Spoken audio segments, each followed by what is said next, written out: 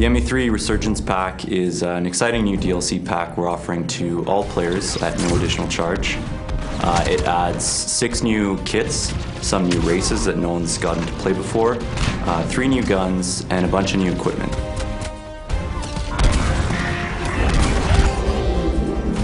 The Hydra map is really unique because it takes place in a location we've never seen in the Mass Effect universe. You're essentially fighting for a gigantic dam in the middle of an Arctic tundra.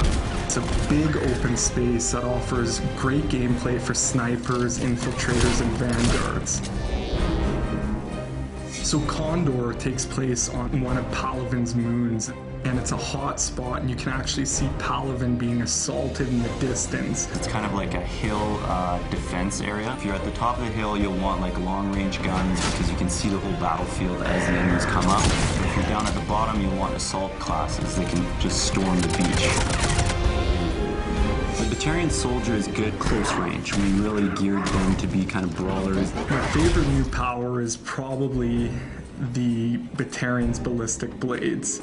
It's basically a shotgun on your wrist, which is pretty fantastic.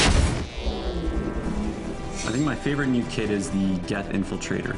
His new hunter mode power allows him to see through walls, which adds a totally new dynamic to the battlefield. When you put on hunter mode, it basically reduces your shields down to half.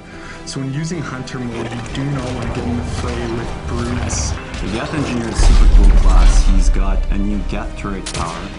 It's similar to the sentry turret power we have, but it actually can heal shields. So anyone who's nearby will have their shields repaired every few seconds, which makes it a really cool defensive power.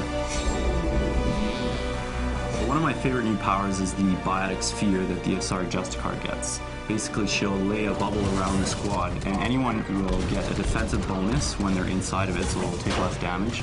But also, any enemies that come inside it will get biotic effects on them, they'll take more damage. So it's really kind of a tactical power.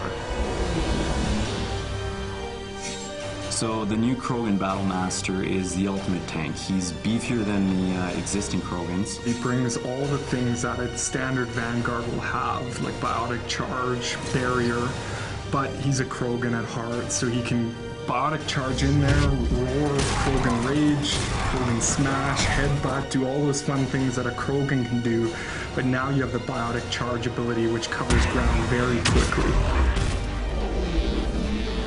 All 3 of the new weapons bring unique gameplay to the table. You have the Krogan Assault Rifle, which basically fires out mini projectiles that explode on contact.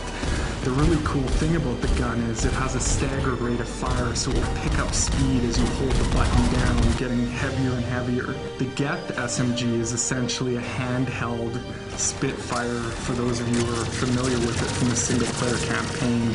So imagine running around with a mini Spitfire, pretty cool.